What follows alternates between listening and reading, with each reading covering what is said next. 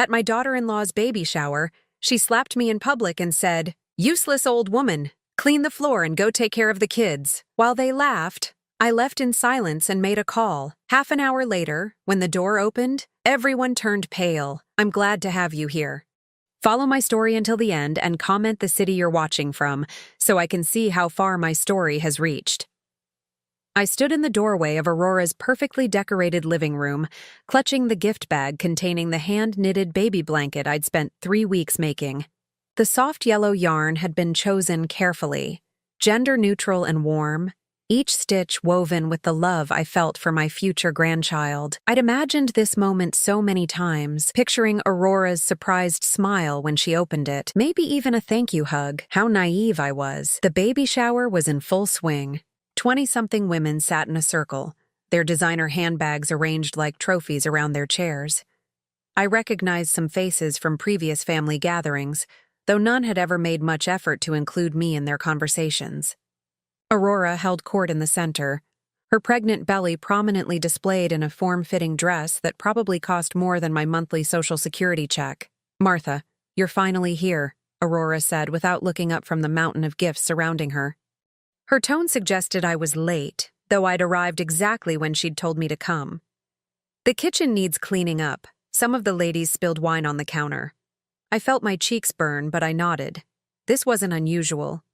At every family gathering for the past 3 years, since my son David married Aurora, I'd somehow become the unofficial help. I told myself it was just Aurora's way of making sure I felt useful, included in the preparations. I made my way to the kitchen, past the group of laughing women who barely acknowledged my presence. The counter was indeed messy. Sticky rings from wine glasses and crumbs from the elaborate catered appetizers scattered across the marble surface. I found a dish rag and began wiping, listening to the animated chatter from the living room. "Aurora, this stroller is gorgeous. It must have cost $800, someone exclaimed. "Actually, it was $1,200, Aurora replied with obvious pride. "David insisted we get the best for our little prince." I smiled despite myself. David had always been generous, even as a child. He'd saved his allowance for weeks to buy me a Mother's Day card when he was 8 years old. Now he was providing well for his growing family, and I was proud of him. "Martha, we need more champagne," Aurora called from the living room. "And bring some napkins." Someone dropped cake on the carpet. I opened 3 more bottles, arranging them on a silver tray Aurora had received as a wedding gift. My hands weren't as steady as they used to be, and I had to concentrate to avoid dropping anything. At 61, I wasn't as quick as I'd been during my working years, but I managed just fine living independently in my small apartment across town. When I returned to the living room with the champagne, the gift opening was in full swing. Aurora had unwrapped a designer diaper bag, a set of organic baby bottles, and what looked like enough baby clothes to dress triplets. Each gift was greeted with squeals of delight and comments about how lucky the baby would be. I waited for a pause in the festivities, then stepped forward with my gift bag. "Aurora, I made something special for the baby." The room grew quiet as all eyes turned to me. Aurora looked at the simple paper bag in my hands with barely concealed disdain. "Oh, how thoughtful." I pulled out the yellow blanket, holding it up so everyone could see the intricate pattern I'd chosen. Cable knit with tiny sheep along the border. It had taken me hours each evening, working by the light of my reading lamp. "I thought he might like something handmade. It's machine washable, and the yarn is hypoallergenic." Several women exchanged glances. One of them, a blonde whose name I'd never learned, whispered something to her neighbor that made them both smirk. Aurora took the blanket from my hands, examining it like she was inspecting a piece of suspect produce. "It's very yellow." "Yellow is perfect for babies," I said, my voice sounding smaller than I'd intended. "And I can make another one in blue once he's born if you'd like." Aurora set the blanket aside, not with the other opened gifts, but on an empty chair away from the display. "Martha, could you clean up this wrapping paper? It's getting everywhere." I bent down to gather the discarded ribbons and tissue paper, my knees protesting. Behind me, Aurora had moved on to the next gift, a high-tech baby monitor that connected to your phone. The excitement in her voice as she examined it was noticeably different from her reaction to my blanket. "This is amazing. Now I can check on him from anywhere in the house. Technology is just incredible these days." As I stuffed wrapping paper into a garbage bag, I heard one of the guests ask, "Aurora, will your mother-in-law be helping with babysitting?" The question made me freeze. I'd been hoping Aurora might want my help after the baby arrived. I'd raised David on my own after his father left when David was just 5 years old. I knew about sleepless nights and teething and the 1,000 little things new parents worry about. Aurora's laugh was sharp, artificial. "Oh, I don't think that would work out. Martha means well, but she's not really equipped for modern childcare. She still thinks you can put honey in baby bottles and let them sleep on their stomachs." Heat rushed to my face. I'd never suggested either of those things. In fact, I'd been reading parenting books and articles online, making sure I understood current safety guidelines. I wanted to be the best grandmother possible. "Plus," Aurora continued, her voice carrying clearly across the room, "she can barely take care of herself. Look at her. She's moving so slowly just picking up trash." The women giggled, and I felt every pair of eyes in the room focused on me as I continued gathering wrapping paper. My hands trembled slightly, whether from embarrassment or anger, I couldn't tell. I straightened up, the garbage bag clutched in my hands, and looked at Aurora. She was watching me with cold satisfaction, as if she'd been waiting for this moment to publicly establish the hierarchy between us. "I should probably get going," I said quietly. "Thank you for inviting me." "Actually, Martha, before you leave," Aurora stood up, her hand resting on her belly in a gesture that somehow seemed more possessive than protective. "I spilled some juice on the kitchen floor earlier. Could you mop that up? I'd do it myself, but you know, pregnant women shouldn't be bending over like that."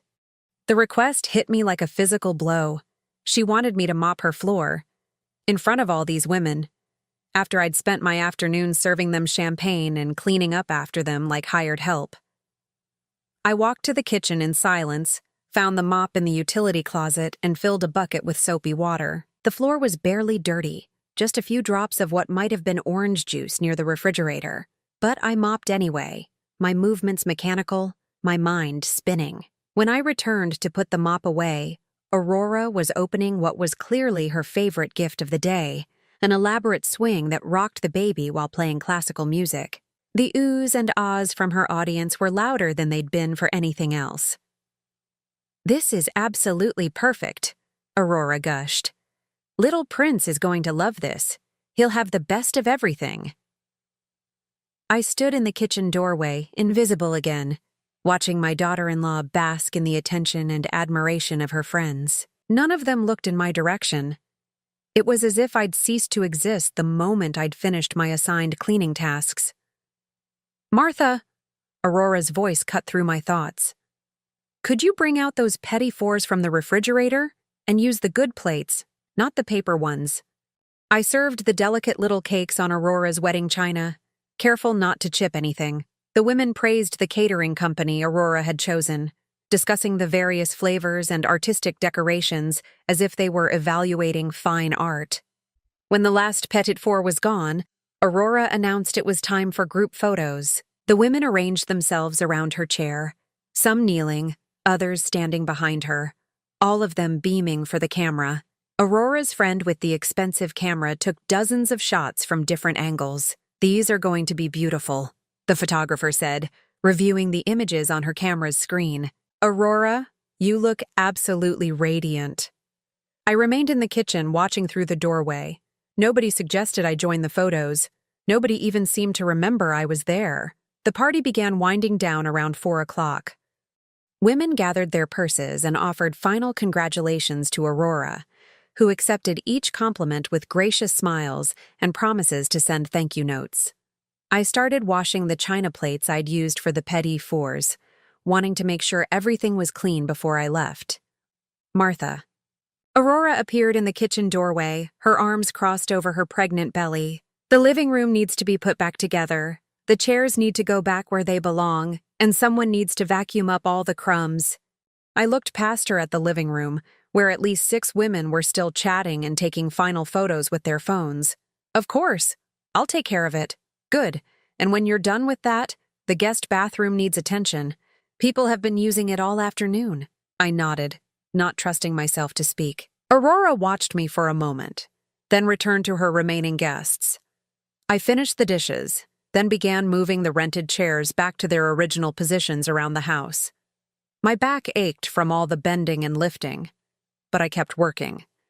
The last guests were finally saying their goodbyes when I started vacuuming the living room carpet. The sound of the vacuum cleaner mixed with Aurora's voice as she walked her friends to the door, thanking them for coming and promising to call soon. When the front door finally closed, the house fell silent except for the hum of the vacuum. I was bent over, trying to reach some crumbs that had fallen behind the couch, when I felt a sharp, stinging blow across my face. The slap was so unexpected, so shocking that I stumbled backward, dropping the vacuum handle.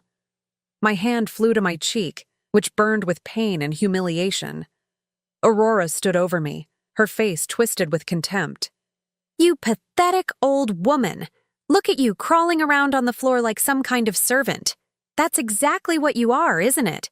A useless old woman who can't do anything right." I stared at her, unable to speak, unable to process what had just happened. My daughter-in-law, the mother of my future grandchild, had just struck me. In her living room, after I'd spent the entire afternoon serving her and her friends. "You want to know the truth, Martha?" Aurora's voice was cold, vicious. "David doesn't even want you around the baby. We've talked about it. You're too old, too slow, too set in your outdated ways. This baby deserves better than some decrepit grandmother who doesn't know the first thing about modern parenting." The words cut deeper than the slap. I touched my cheek again, feeling the heat radiating from where her hand had connected. "Clean up this mess and get out," Aurora continued. "And don't expect to be invited to any more family events. You've embarrassed yourself enough for one day." She turned and walked away, leaving me alone in the living room with the overturned vacuum and the scattered remnants of what should have been a joyful celebration. I stood there for a long moment, my cheek throbbing, my heart racing.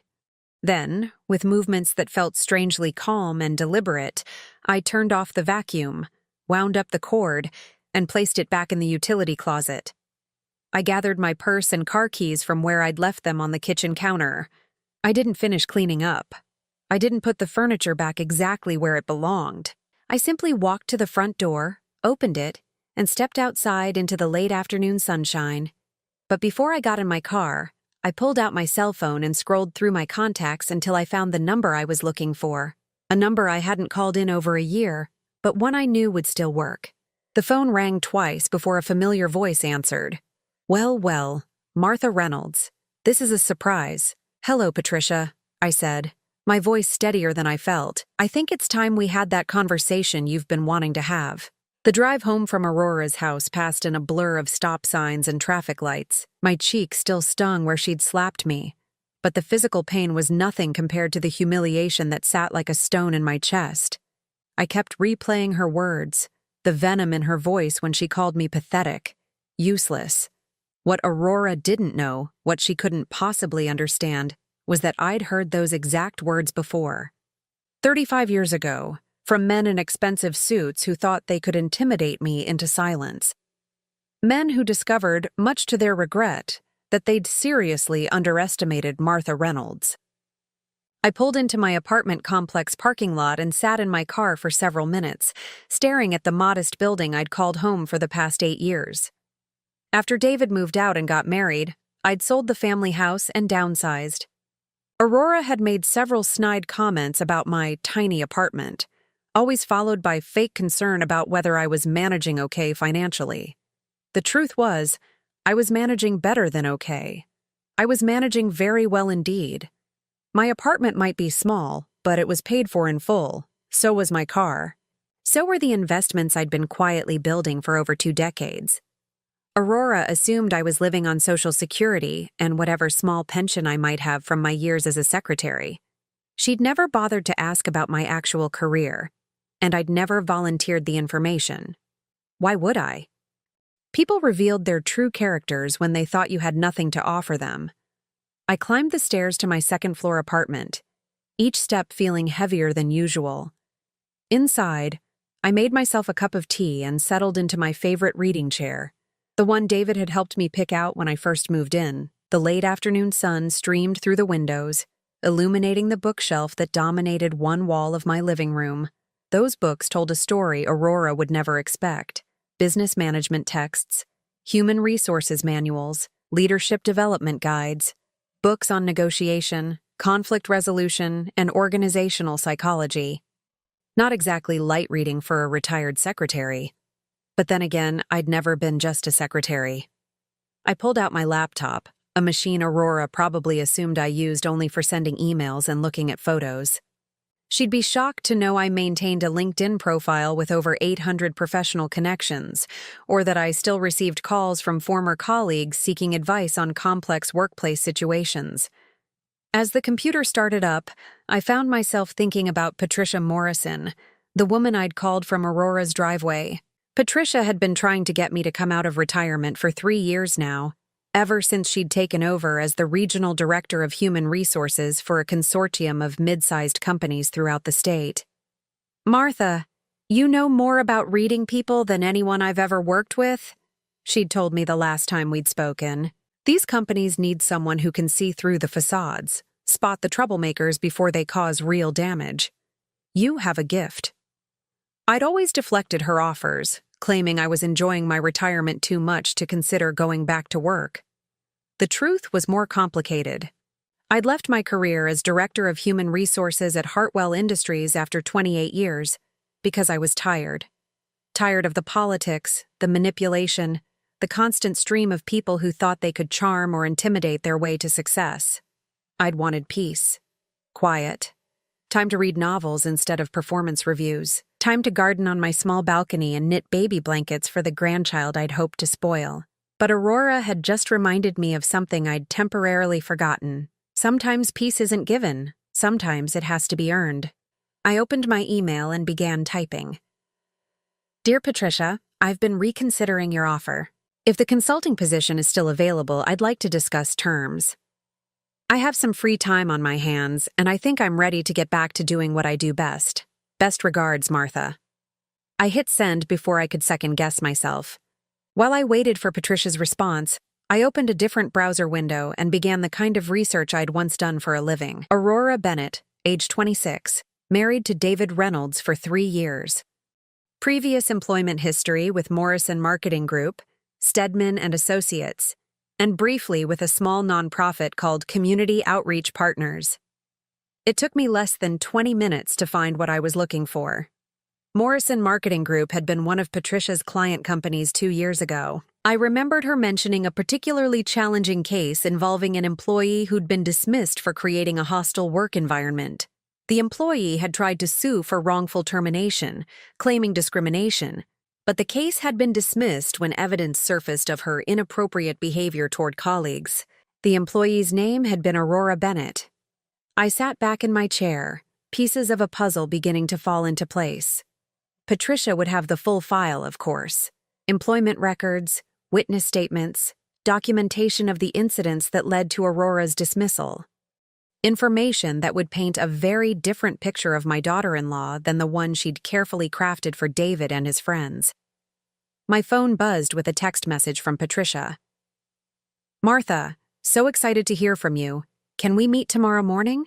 I have a situation that could really use your expertise. Also, I have some information you might find interesting about someone you know." I smiled for the first time since leaving Aurora's house. Patricia had always been perceptive.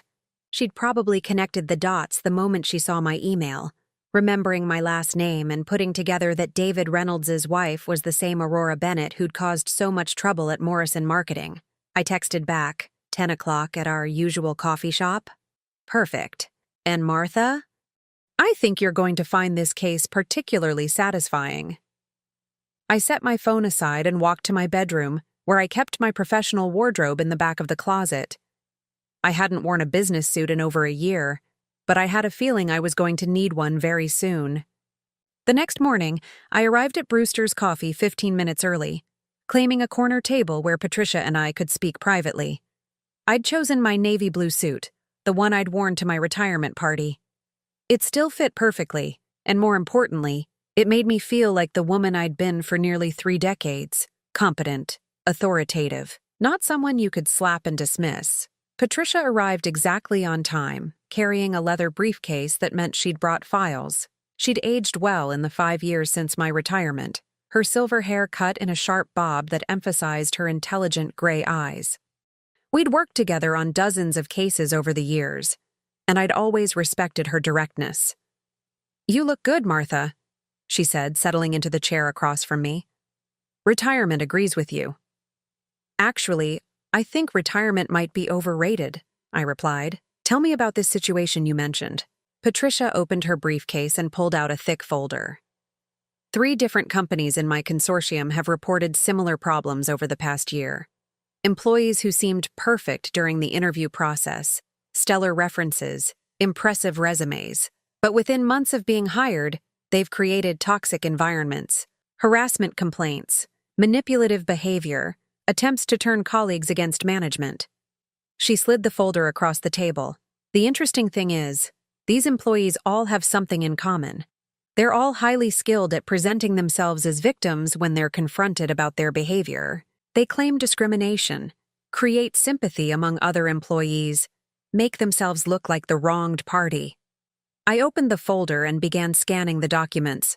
3 different companies, 3 different employees, but the patterns were strikingly similar. Charming interviews followed by gradual escalation of problematic behaviors, targeting of older employees or anyone they perceived as having influence, creation of workplace drama that distracted from productivity. "What do you need from me?" I asked, though I was already beginning to see the scope of the problem.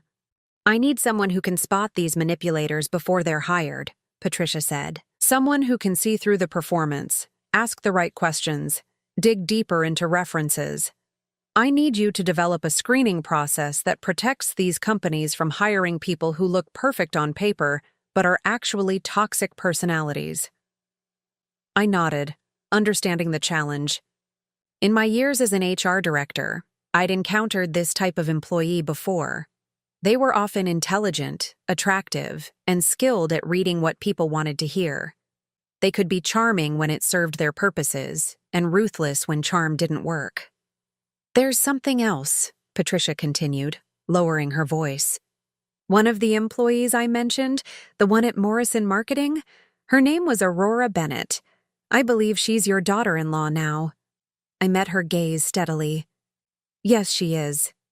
Martha, I can't share the specifics of her file without proper legal justification, but I can tell you that her departure from Morrison Marketing was contentious. Multiple complaints from female colleagues, inappropriate behavior toward supervisors, attempts to manipulate workplace relationships for personal gain." Patricia paused, studying my expression. "Is there something you need to tell me about why you're suddenly interested in coming back to work?" I considered my options. I could maintain my privacy, handle my family situation on my own, pretend that yesterday's humiliation was just a minor disagreement between relatives, or I could trust Patricia with the truth and see where it led. "Aurora slapped me yesterday," I said quietly, "at her baby shower, in front of a room full of women. Called me pathetic and useless, told me I wasn't fit to be around her baby." Patricia's expression hardened. "Physical assault is a crime, Martha. It's not about the slap," I said, though my cheek still felt tender when I touched it. "It's about the pattern. The way she's been systematically isolating me from my son, undermining my confidence, making me feel like I'm nothing more than an inconvenience in their lives." I looked down at the file in front of me, seeing my own situation reflected in the documented behaviors of Aurora's former colleagues. "I think my daughter-in-law is exactly the type of person you're trying to help companies avoid hiring," I continued. "And I think it's time someone did a proper background check on Aurora Bennett Reynolds." Patricia smiled, but it wasn't a pleasant expression. It was the smile of a woman who'd spent decades dealing with workplace bullies and knew exactly how to handle them. "Martha, I think your return to consulting is going to be more interesting than either of us expected." Patricia and I spent the rest of that morning laying out a plan that was both professional and deeply personal. She would provide me with access to Aurora's employment file from Morrison Marketing, along with the documentation from her other previous jobs. In exchange, I would help her develop the screening protocols she needed for her client companies. It was perfectly legitimate business. I was a consulting HR professional conducting research for a new assessment program. The fact that one of the case studies happened to be my daughter-in-law was simply a fortunate coincidence that would give me unique insight into the long-term effects of hiring toxic employees. By Thursday morning, I was sitting in Patricia's downtown office, a stack of files spread across the conference table between us. What I read in those documents made my stomach turn, but it also filled me with a cold, professional anger that I recognized from my years of dealing with workplace predators. Aurora's file from Morrison Marketing was particularly revealing. She'd been hired as a junior account coordinator, a position that required working closely with both clients and internal team members.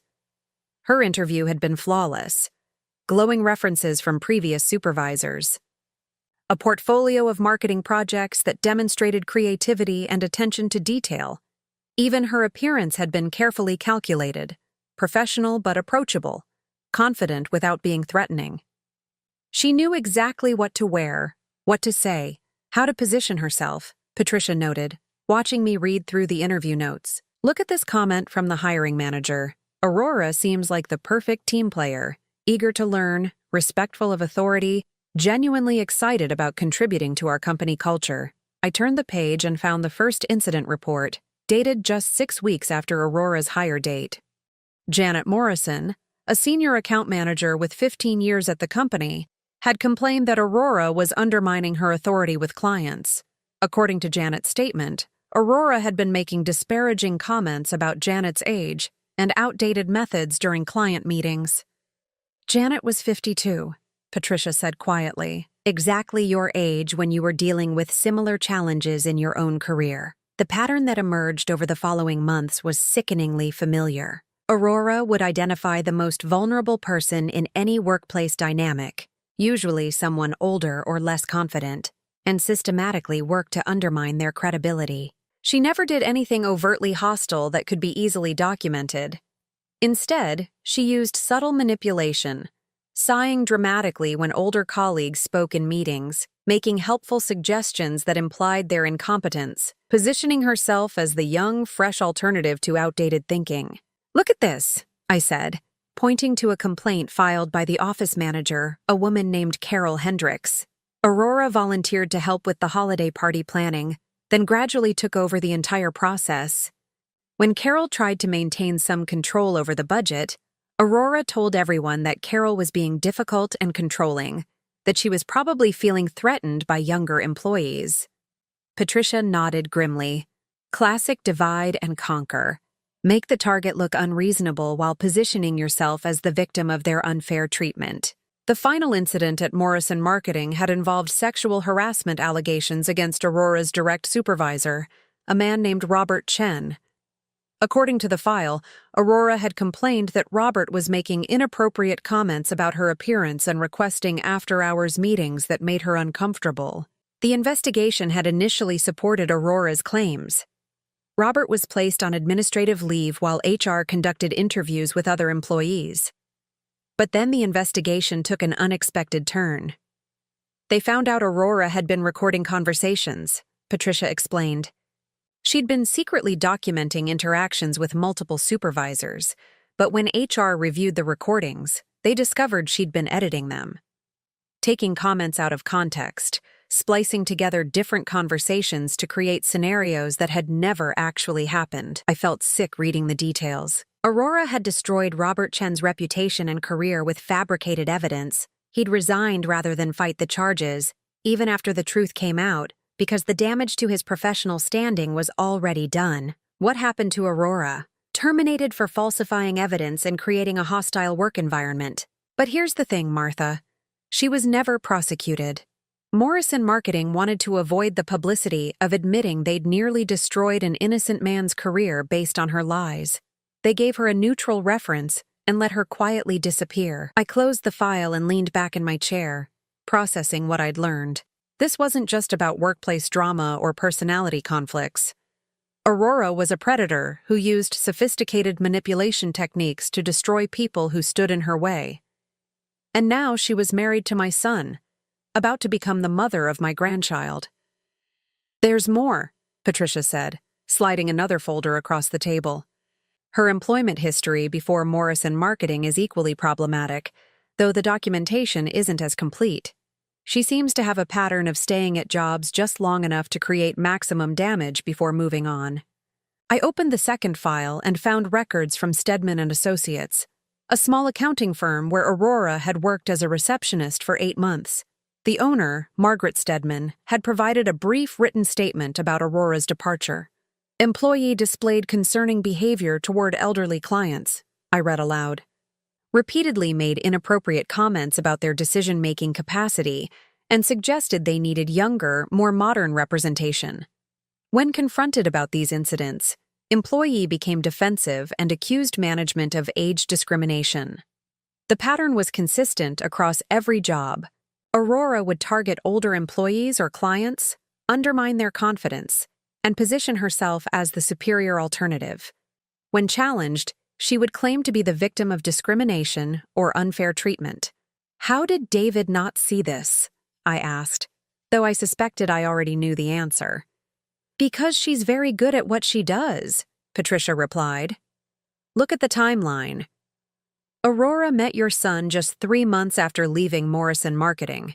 She was probably looking for financial security and social status to rebuild her life. A successful man with an established career and family ties would have been perfect for her purposes.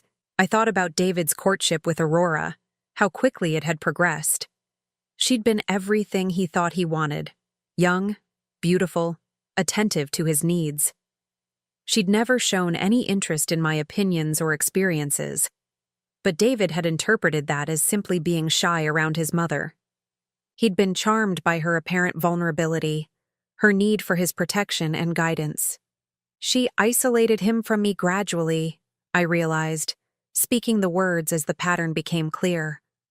First, it was just being too busy to visit as often, then suggestions that I was being too intrusive, that we needed to respect their privacy as a couple. By the time they got married, David genuinely believed that maintaining distance from me was healthy for their relationship. Patricia handed me a legal pad and pen. I want you to document every incident you can remember where Aurora displayed manipulative behavior toward you or others in your family. Dates, witnesses, specific comments. We're going to build a comprehensive profile. For the next 2 hours, I wrote down everything I could recall from the past 3 years. Aurora's subtle put-downs disguised as concern for my well-being. Her habit of scheduling family events when she knew I had other commitments, then expressing disappointment that I couldn't prioritize family time. The way she redirected conversations whenever I tried to share experiences or advice, making me feel like my input was unwelcome or irrelevant. She's been conditioning David to see me as a burden, I said as I finished writing. Every interaction she facilitated between us was designed to make me look needy, outdated, or intrusive. By the time of the baby shower, she felt confident enough to drop the pretense entirely. Patricia reviewed my notes, occasionally asking clarifying questions or requesting additional details. When she finished reading, she looked up at me with an expression I remembered from our most challenging cases. Martha, what Aurora did to you yesterday wasn't just personal cruelty. It was a public demonstration of power. She wanted those women to see her put you in your place, to establish herself as the unquestioned authority in your family dynamic. I nodded, understanding the implications. She's planning to use the baby as leverage to maintain that control. As long as David believes she's protecting their child from my negative influence, she can keep me marginalized indefinitely. Unless we change the narrative, Patricia said quietly. She opened her laptop and began typing. I'm going to send you contact information for 6 women who work at companies where Aurora previously applied for jobs but wasn't hired. They were all part of hiring committees that rejected her applications for various reasons. I watched her work, feeling a familiar surge of professional excitement. This was the part of HR work I'd always enjoyed most. The detective work, the careful assembly of evidence, the moment when patterns became clear and solutions emerged. What am I supposed to do with these contacts? Nothing unethical, Patricia assured me. You're conducting research for a consulting project on hiring best practices. These women agreed to participate in interviews about their decision-making processes. If Aurora's name happens to come up in the context of memorable candidates they chose not to hire, well, that's just valuable data for your research. My phone buzzed with a text message from David. Mom, Aurora mentioned you seemed upset when you left yesterday. Everything okay? I showed the message to Patricia, who smiled grimly. She's testing the waters, seeing if you're going to cause problems. How do you want to respond? I considered my options. The old Martha, the one who'd spent 3 years accepting Aurora's treatment because I didn't want to cause trouble for David, would have sent back something conciliatory. An apology for any misunderstanding, reassurance that everything was fine. But the professional Martha, the woman who'd spent decades identifying and neutralizing workplace threats, knew better. I typed back, "Just had some time to think about family dynamics. Looking forward to talking with you soon about the baby and what kind of grandmother role would work best for everyone." It was perfectly pleasant and completely non-threatening.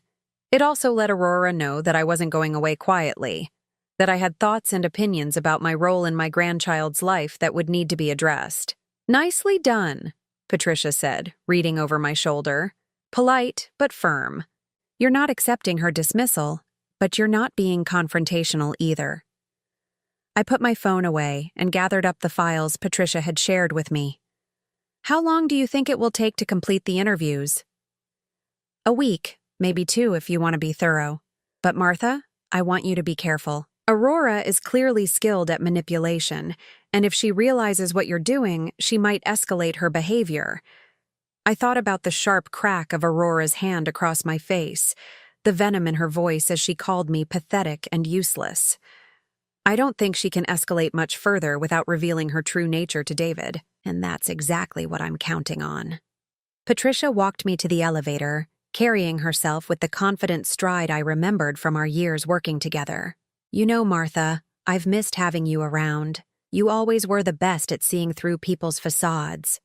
As the elevator doors closed, I caught my reflection in the polished metal. For the first time in months, I looked like myself again.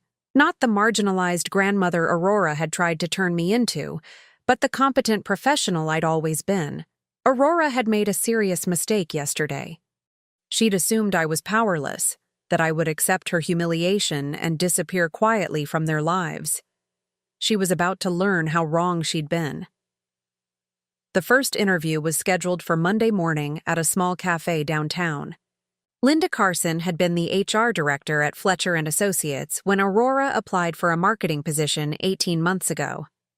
According to Patricia's notes, Aurora had made it to the final round of interviews before being eliminated from consideration. I arrived early and chose a corner table, just as I had with Patricia.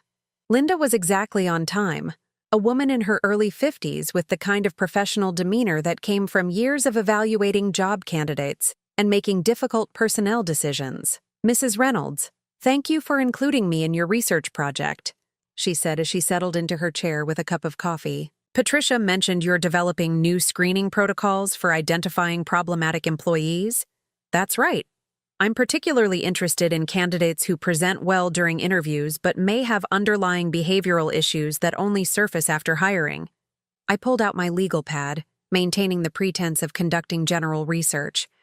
"Patricia mentioned you had some candidates who fit that profile." Linda nodded thoughtfully. "We've definitely learned to look beyond surface impressions. There was one candidate last year who was absolutely perfect on paper. Stellar resume, excellent references, charming personality. But something about her interview responses bothered me. What specifically concerned you? She was almost too polished," Linda said, choosing her words carefully. Every answer was perfectly crafted, like she'd rehearsed responses to common interview questions. But when I asked her about challenging workplace situations she'd handled, her examples were all about conflicts with older colleagues who supposedly couldn't adapt to modern business practices. I felt a familiar chill of recognition.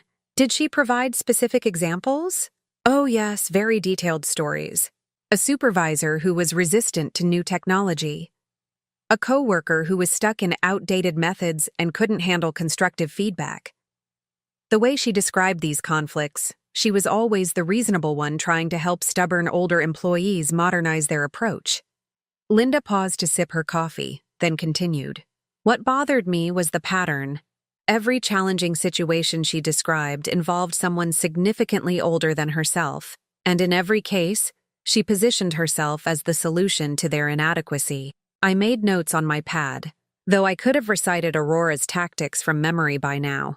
How did you handle the situation? I called her references, of course, but I also did something we don't usually do. I reached out to some of the people she'd mentioned in her examples, not to violate confidentiality, but to get a sense of the workplace culture at her previous employers. This was interesting. Most hiring managers stopped at the provided references, trusting that previous employers would give honest assessments. Linda had gone deeper. What did you discover? The woman she'd described as a resistant supervisor was actually a 25-year veteran with an excellent reputation for mentoring younger employees. When I spoke with her former colleagues, they painted a very different picture of the workplace conflicts our candidate had described. Linda leaned forward, lowering her voice even though we were in a public place. According to multiple sources, this candidate had systematically undermined the older supervisor's authority, questioned her decisions in front of clients, and made disparaging comments about her age and competence. The supervisor had actually filed complaints about the candidate's behavior before ultimately requesting a transfer to a different department. I felt my anger building again, the same cold fury I'd experienced reading Aurora's employment files. Did you confront the candidate about these discrepancies? I brought her back for a final interview and asked some pointed questions about her version of events. She became very defensive, claimed that older employees often gang up on younger workers when they feel threatened by change. She actually suggested that my questions indicated bias against younger candidates. The manipulation was textbook Aurora. When caught in lies or inconsistencies, she immediately shifted to claiming victimhood and accusing others of discrimination. Obviously, we didn't hire her, Linda continued. But the experience taught me to be much more thorough in checking references, especially when candidates' stories seem too convenient or consistently position them as the reasonable party in workplace conflicts. I thanked Linda for her time and moved on to my next interview, scheduled for that afternoon. The pattern repeated itself with disturbing consistency. Sarah Mitchell from Consolidated Services had a similar story about Aurora's interview process, including the same red flags about conflicts with older colleagues and the same defensive response when questioned about specifics. By the end of the week, I'd spoken with all 6 women Patricia had identified. Every single one had recognized the warning signs that David, blinded by Aurora's charm and apparent vulnerability, had missed entirely. More importantly, I now had a network of professional contacts who understood exactly what kind of person Aurora was. Women who had seen through her manipulation and had the documentation to prove their concerns were valid. Friday afternoon, I called Patricia to report my findings. You were right about the pattern being consistent, I told her. Aurora has been using the same tactics for years, targeting older employees and supervisors, then claiming discrimination when she's called out for her behavior. How are you feeling about everything you've learned? Patricia asked. I considered the question carefully. A week ago, I would have said I felt devastated, betrayed by my daughter-in-law's cruelty and my son's failure to protect me.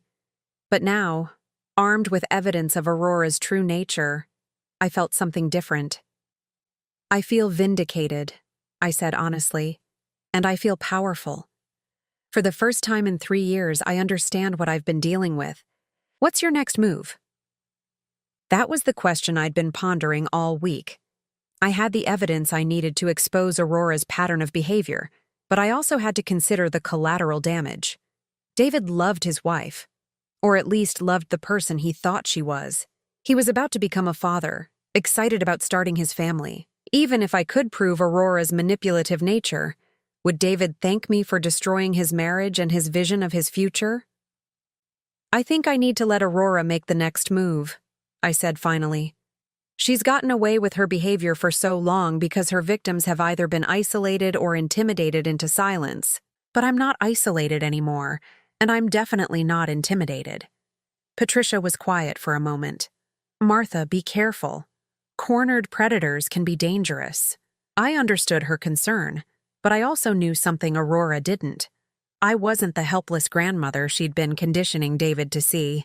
I was a professional with decades of experience dealing with toxic personalities, and now I had a network of allies who understood the threat she represented. The test came sooner than expected. Saturday evening, David called to invite me to dinner Sunday night. Aurora thought it would be nice to have a family meal before the baby comes, he said, his tone suggesting this had been Aurora's idea rather than his own. That sounds lovely, I replied, though I knew this was no peace offering.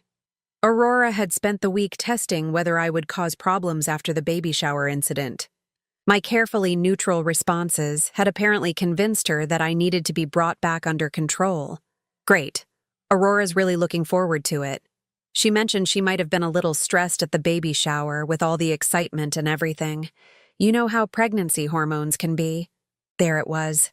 Aurora had already begun rewriting history, turning her calculated cruelty into a minor misunderstanding caused by pregnancy stress. David had bought the explanation completely, probably relieved to have a simple reason for the tension he'd sensed between us. Of course, I said. Pregnancy can be overwhelming. I'm sure everything will be fine. Sunday evening, I arrived at David and Aurora's house at exactly 6 o'clock, carrying a bottle of wine and a small gift bag. This time, I hadn't spent weeks knitting something special. This time, I'd chosen my gift very carefully from a boutique baby store. Aurora greeted me at the door with a bright smile that didn't reach her eyes. Martha, so good to see you. Come in, come in.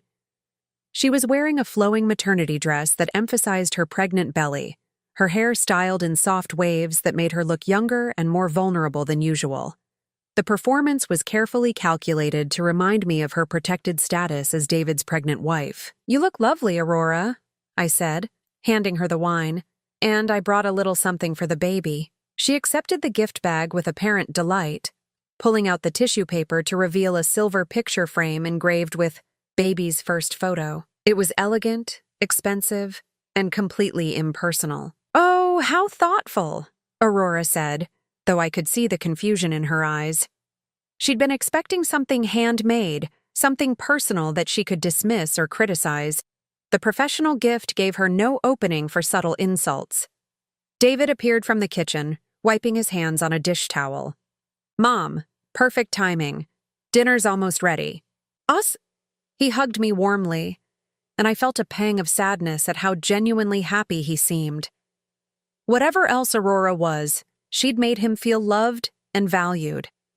I had to remember that any action I took would affect his happiness, not just hers. Over dinner, Aurora played the role of gracious hostess perfectly. She asked about my week, complimented my outfit, and shared updates about her pregnancy with appropriate excitement.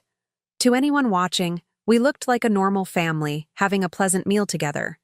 But I was watching her more carefully now, seeing the calculation behind every gesture. The way she positioned herself physically between David and me. The subtle redirections whenever I tried to contribute to conversations about the baby or family plans. The practiced expressions of concern when she asked about my health or my little apartment. Martha, David and I have been talking about childcare arrangements, Aurora said as we finished the main course. Since you've mentioned wanting to help with the baby, we thought we should discuss what that might look like. Here it came, the real purpose of this dinner. We've decided it would be best to start with very limited visits, Aurora continued, her hand resting protectively on her belly. Maybe an hour or two once a month, always with one of us present, of course, just until we establish our routines and make sure the baby is adjusting well to family interactions. David nodded along, clearly believing this was a reasonable compromise. We want to make sure everyone's comfortable, especially in those first few months when babies are so fragile. 1 hour, once a month, with supervision. Aurora was offering me the role of distant acquaintance rather than grandmother, wrapped in language that made it sound like she was being generous. A month ago, I would have accepted these terms gratefully, thankful for any access to my grandchild. Tonight, I simply smiled and nodded. That sounds very thoughtful. You're right that establishing routines is important for new parents. Aurora's eyes narrowed slightly. She'd expected me to argue, to plead for more time, to give her an excuse to reduce the offer even further. My calm acceptance wasn't the reaction she'd planned for. Of course, if you're not comfortable with those arrangements, we understand, she added, probing for a different response. Not at all, I said pleasantly. You're the parents. These decisions are entirely up to you. David looked relieved at my cooperative attitude. Aurora looked frustrated. After dinner, as David cleared the dishes, Aurora followed me into the living room under the pretense of showing me the nursery preparations. The moment we were alone, her mask slipped. I don't know what game you think you're playing, Martha, she said quietly, her voice lacking the warmth she'd displayed all evening. But don't think I don't see through your little act. I turned to face her, keeping my expression neutral. I'm not sure what you mean. You've been different this week. The texts, the phone calls, the way you're behaving tonight. You're planning something, and I want you to know that whatever it is, it won't work. For a moment, I was tempted to lay my cards on the table, to tell her exactly what I'd learned about her employment history, her pattern of manipulation, her systematic destruction of other people's careers and reputations, to let her know that I was no longer the isolated, powerless woman she'd been tormenting for 3 years. Instead, I smiled. Aurora, I think pregnancy really is affecting your judgment. I'm just trying to be a good grandmother. Her jaw tightened. Stay in your lane, Martha. You have no idea what I'm capable of.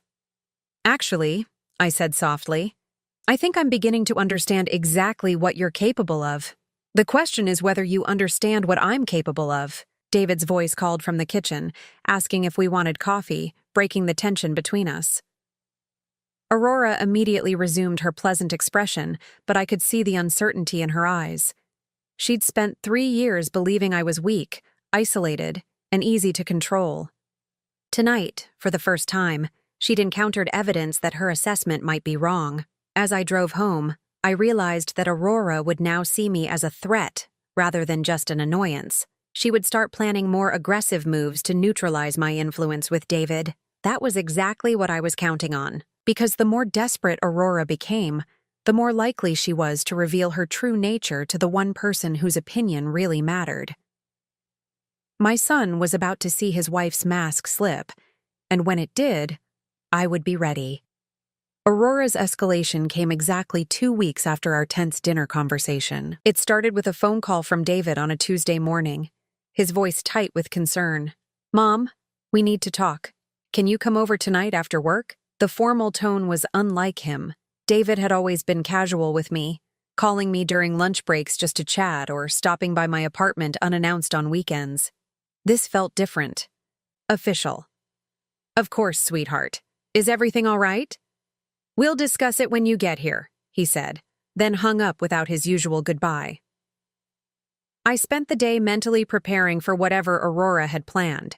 She'd had 2 weeks to strategize since our confrontation, 2 weeks to convince David that I posed some kind of threat to their family. The question was what story she'd crafted and how much David would believe. I arrived at their house at 7 o'clock sharp, noting immediately that Aurora's car wasn't in the driveway. David answered the door alone, his expression serious but not unkind. Come in, Mom. Aurora's at her book club so we can talk privately. This surprised me. I'd expected Aurora to orchestrate whatever conversation David wanted to have, to be present to control the narrative and guide his responses. Her absence suggested either tremendous confidence in her manipulation or a different strategy entirely. David led me to the living room, where 2 cups of coffee waited on the table. He'd always been thoughtful that way, anticipating needs and trying to make difficult conversations easier. Mom, I need to ask you about something, and I want you to be completely honest with me. I settled into the armchair across from him, noting his body language. Tense but not hostile, confused rather than angry. Whatever Aurora had told him, he hadn't entirely bought it. Of course, David, you can ask me anything. He pulled out his phone and scrolled through what appeared to be text messages. Aurora showed me some messages she's been receiving from people who know you. Messages about your professional reputation. My stomach dropped.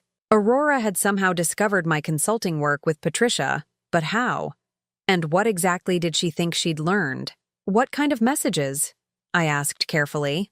David read from his phone. Your mother-in-law has been asking questions about Aurora's employment history. She's been interviewing people who worked with Aurora at previous jobs, trying to dig up dirt. You should know that Martha is spreading rumors about Aurora being a problem employee. The message was unsigned, but I recognized the manipulation immediately. Aurora had created fake contacts, probably using burner email accounts or temporary phone numbers, to send David anonymous warnings about my activities. It was a sophisticated approach that played on his protective instincts while making me look like the aggressor. David, I can explain. There's more, he interrupted, reading another message. Martha is working with some HR consultant to build a case against Aurora. She's been lying about conducting research when she's really trying to sabotage Aurora's reputation. You need to protect your family from her interference. I sat in silence, impressed despite myself by Aurora's strategy. She'd taken the truth of my consulting work and twisted it into evidence of malicious intent. The facts were accurate enough that I couldn't simply deny them, but the context had been completely distorted. Mom, please tell me this isn't true. Please tell me you haven't been investigating my wife behind our backs. The pain in his voice was genuine. David felt betrayed, not just by my actions, but by the possibility that his mother and wife couldn't coexist peacefully in his life. I had a choice to make. I could deny Aurora's allegations, stick to the cover story about general research, and hope David would believe me over anonymous messages. Or I could tell him the truth and risk destroying his marriage and his happiness. David, I need you to listen to me very carefully, I said, making my decision. Yes, I have been learning about Aurora's employment history, but not for the reasons those messages suggest. His face fell. Mom, how could you? Because she slapped me, I said quietly. At the baby shower, in front of 20 women, your wife struck me across the face and called me pathetic and useless. David's mouth opened, then closed. For a moment, he looked like the confused little boy he'd been when his father left, trying to make sense of adult behavior that didn't match what he'd been told. That's not. Aurora said you had an argument about childcare arrangements. She said you became upset when she asked you to respect their parenting decisions. I pulled out my phone and opened the voice recording app I'd started using after my meeting with Patricia. It was a habit I'd developed during my HR years, a way to protect myself in difficult conversations.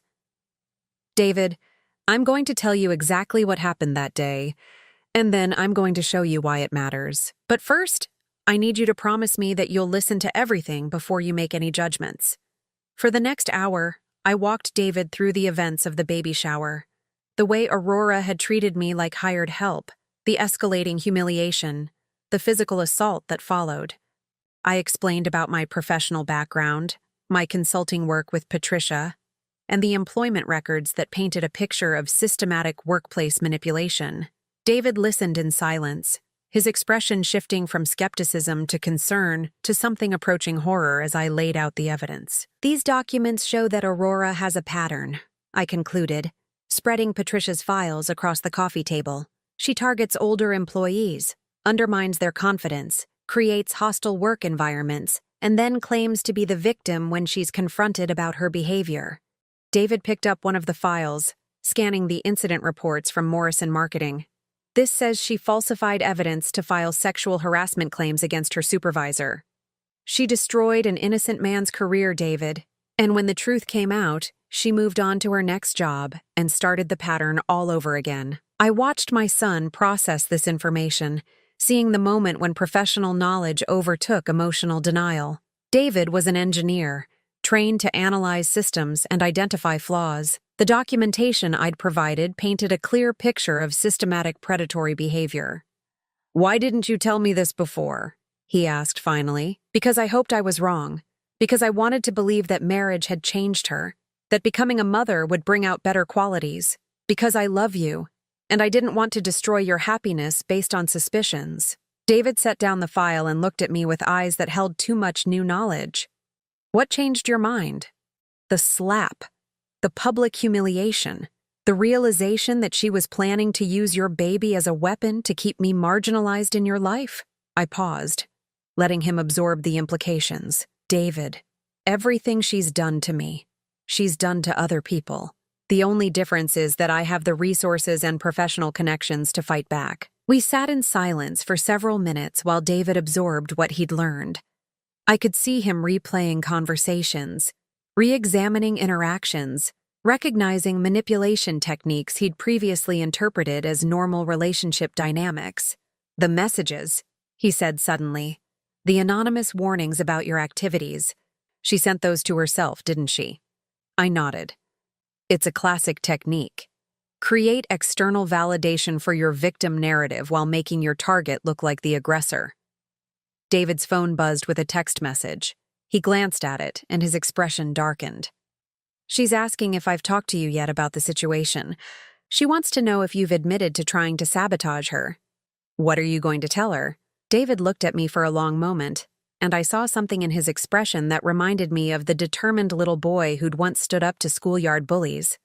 I'm going to tell her that we need to have a very different conversation than the one she's expecting. As if summoned by our discussion, we heard Aurora's car in the driveway. David quickly gathered up the files I'd brought, handing them back to me. Put these away, he said quietly. I want to see how she handles this without knowing what I've learned. Aurora entered the house with her usual bright energy, calling out greetings as she hung up her coat. When she appeared in the living room, her smile faltered slightly at the serious atmosphere. How did it go? She asked David, settling beside him on the couch with practiced intimacy. Did Martha explain why she's been trying to cause problems for our family? David's response was careful, measured. We talked about the situation. I think there are some misunderstandings that need to be cleared up. Aurora's eyes sharpened. What kind of misunderstandings? Well, for example, David said casually, Mom mentioned that you had some kind of physical altercation at the baby shower, but you told me it was just a disagreement about childcare. I watched Aurora's face carefully, seeing the micro-expressions that most people would miss. The brief flash of panic, quickly covered by practiced confusion. Physical altercation? Aurora laughed, but the sound was forced. David, your mother is being dramatic. We had words, yes, but nothing physical happened. Maybe she's having memory issues? Older people sometimes confuse or exaggerate situations. There it was.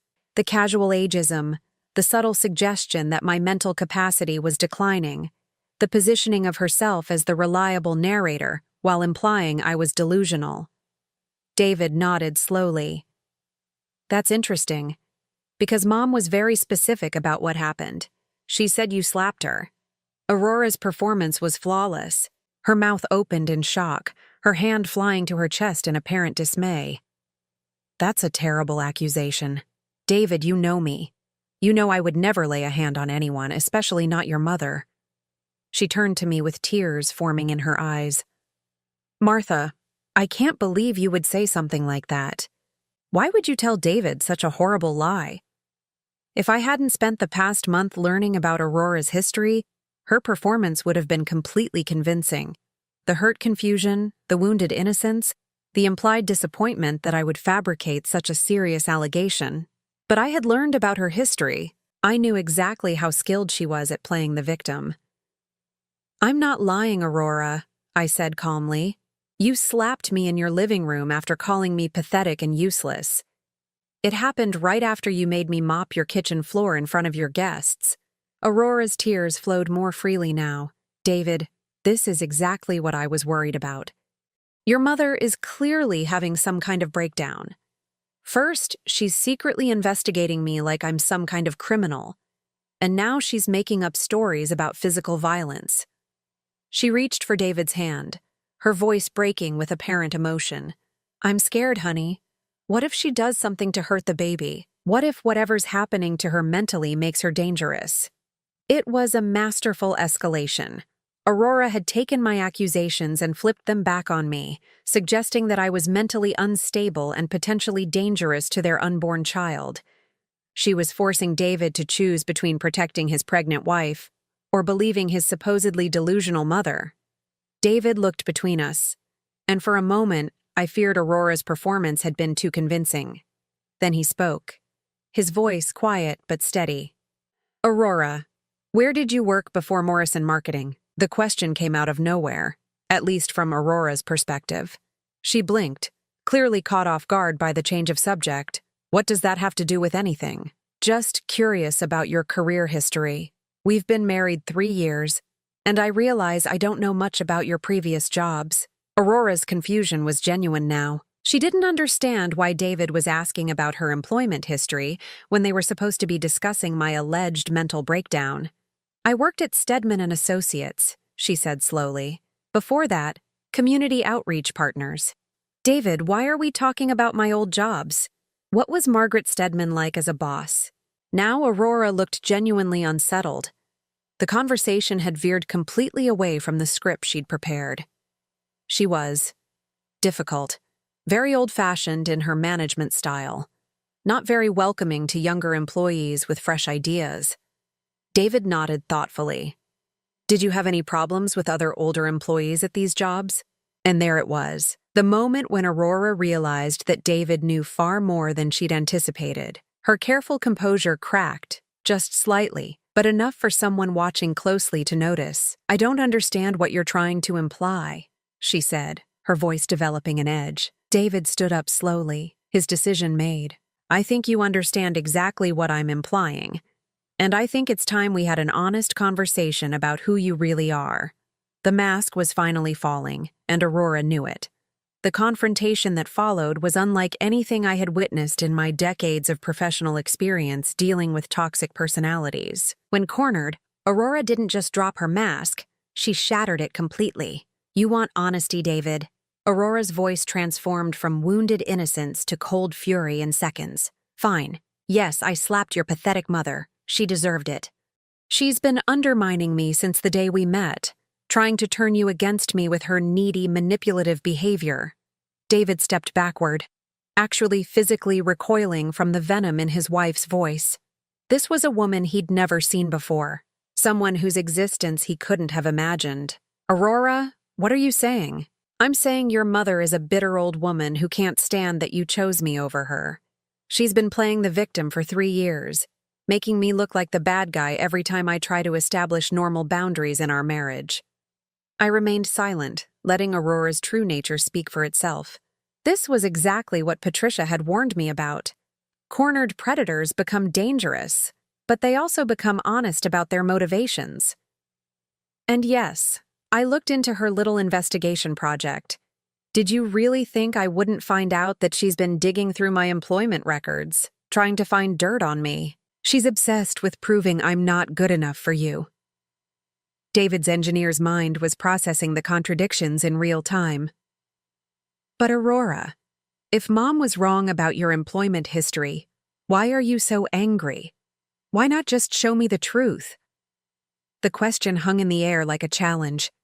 Aurora's face cycled through several expressions before settling on defiant rage.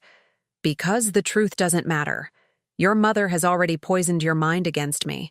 She's been planning this for months, probably since the day she found out I was pregnant. She can't stand that our baby will be more important to you than she is. It was a fascinating display of projection. Aurora was describing her own motivations, her inability to tolerate sharing David's attention, while attributing them to me.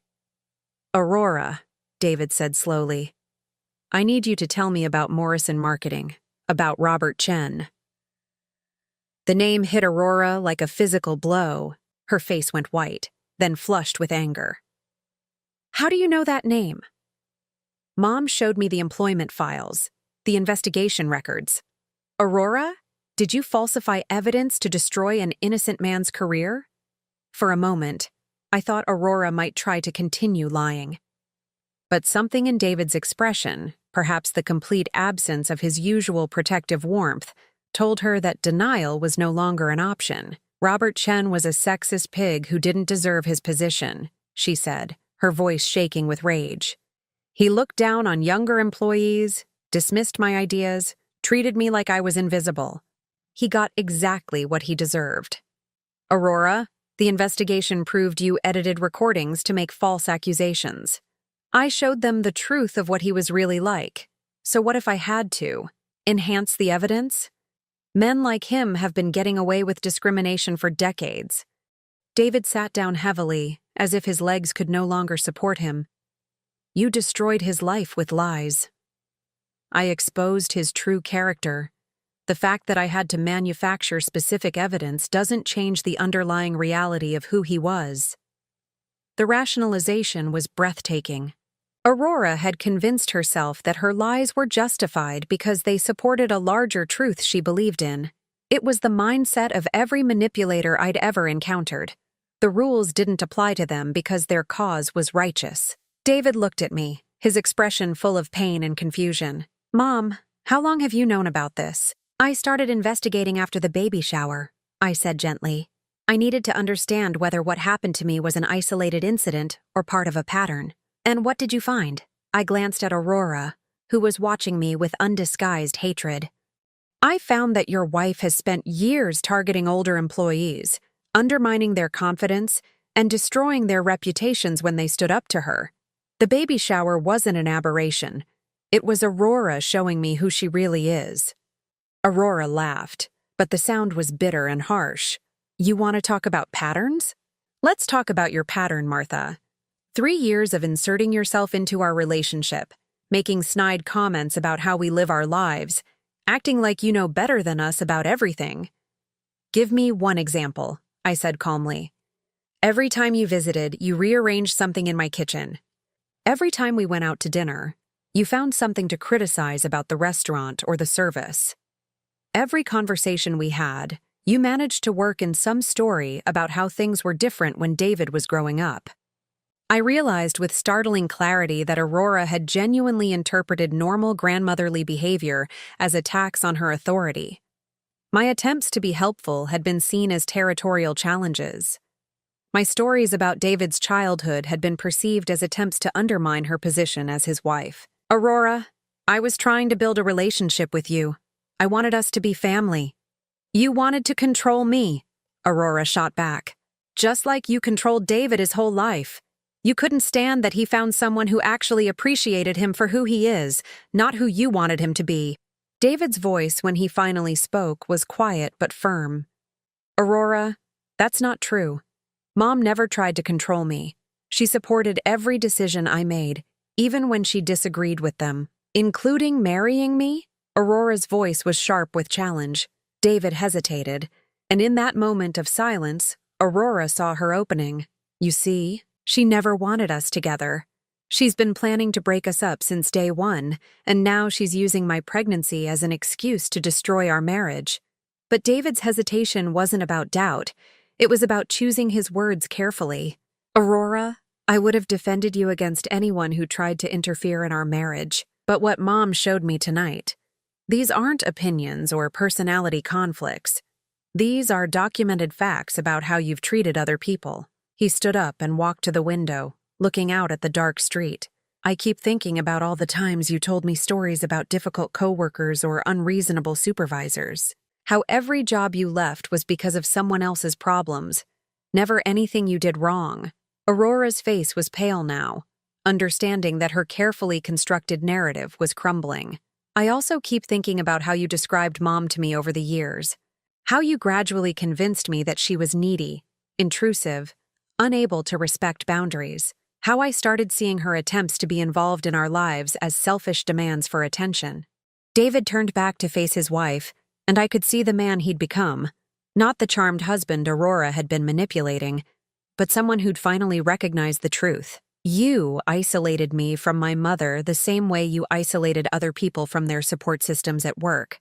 The techniques are identical. Aurora's composure finally shattered completely. Fine. Yes, I made sure your mother knew her place. Yes, I protected our marriage from her interference. But everything I did was for us, David. For our family. No, David said quietly. Everything you did was for you. To maintain control. To eliminate any challenge to your authority. To make sure everyone around you served your needs. Aurora's hand moved to her pregnant belly, a gesture I recognized as her final play for sympathy. David, please. Think about our baby. Think about our family. Don't let her destroy everything we've built together. But David had moved beyond the reach of Aurora's manipulation. I am thinking about our baby. I'm thinking about what kind of mother you'll be if this is who you really are. I'm thinking about whether I want my child growing up in a home where cruelty is disguised as protection. The words hung in the air like a verdict.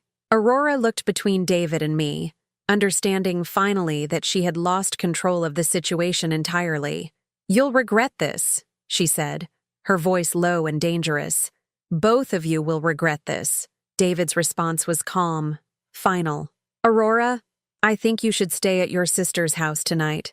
We both need time to think about what happens next." After Aurora left, David and I sat in his living room in exhausted silence. The confrontation had drained us both, but underneath the weariness, I felt something I hadn't experienced in 3 years: peace. "I'm sorry, Mom," David said finally. "I should have seen what was happening." "Sweetheart, Aurora is very skilled at what she does. She had years of practice manipulating workplace dynamics before she met you. You couldn't have known, but I should have protected you. I should have questioned why you seemed to disappear from our lives after I got married." I reached over and took his hand, feeling the connection that Aurora had tried so hard to sever. "You were protecting your wife and your marriage. That's what good husbands do. You couldn't have known that your wife was the threat your family needed protection from." David was quiet for a long moment. "What happens now?" "That depends on Aurora, and on what you decide you can live with." 3 months later, David filed for divorce. Aurora fought it viciously at first, then tried to negotiate a settlement that would give her primary custody of the baby in exchange for reduced financial support. When that failed, she attempted to claim that David was emotionally abusive, that I had turned him against her through manipulation and lies. But Patricia had helped David document everything properly. Aurora's employment history, her pattern of manipulation, the evidence of her systematic targeting of older employees, all of it became part of the court record. Aurora's attempts to paint herself as the victim fell flat when faced with decades of documented predatory behavior.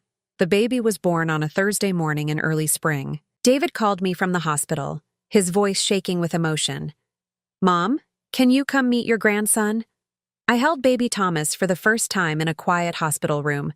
Just David and me, and this perfect little person who would never know the toxic environment his mother had tried to create around him. Aurora had moved back to her hometown after the divorce was finalized. Accepting supervised visitation rather than continuing to fight for custody, she was unlikely to win. "He looks like you did as a baby," I told David, who was taking what felt like hundreds of photos on his phone. "Aurora said I was never allowed to compare him to our family," David said quietly. "She said he was going to be better than that he'd have advantages we never had." I looked at my grandson's tiny fingers wrapped around my thumb, thinking about the advantages he would actually have. He would grow up knowing unconditional love. He would never be used as a weapon in adult conflicts. He would be taught to treat others with respect and kindness. "He's going to have the best advantage of all," I said. "He's going to have a father who learned the difference between love and control." 6 months after Thomas's birth, Patricia offered me a permanent position developing anti-harassment training programs for her client companies. I accepted, finding unexpected joy in returning to work that felt meaningful and important. I also started volunteering with a support group for older adults who'd experienced family manipulation and emotional abuse. There were more of us than I'd ever imagined: grandparents who'd been systematically isolated from their families, retirees who'd been convinced they were burdens rather than valuable family members. But that's another story.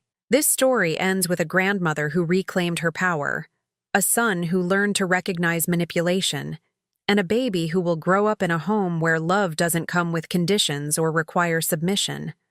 Aurora taught me something valuable, though I doubt she intended to. She showed me that sometimes the people who hurt us most are the ones who reveal our hidden strengths. Sometimes being pushed to our breaking point is exactly what we need to remember who we really are. I am Martha Reynolds. I am 61 years old. I am a grandmother, a professional, and a woman who refuses to be diminished by anyone's small vision of who I should be. And Aurora Bennett will never have power over me again. Now I'm curious about you who listened to my story. What would you do if you were in my place? Have you ever been through something similar? Comment below. And meanwhile, I'm leaving on the final screen 2 other stories that are channel favorites, and they will definitely surprise you. Thank you for watching until here.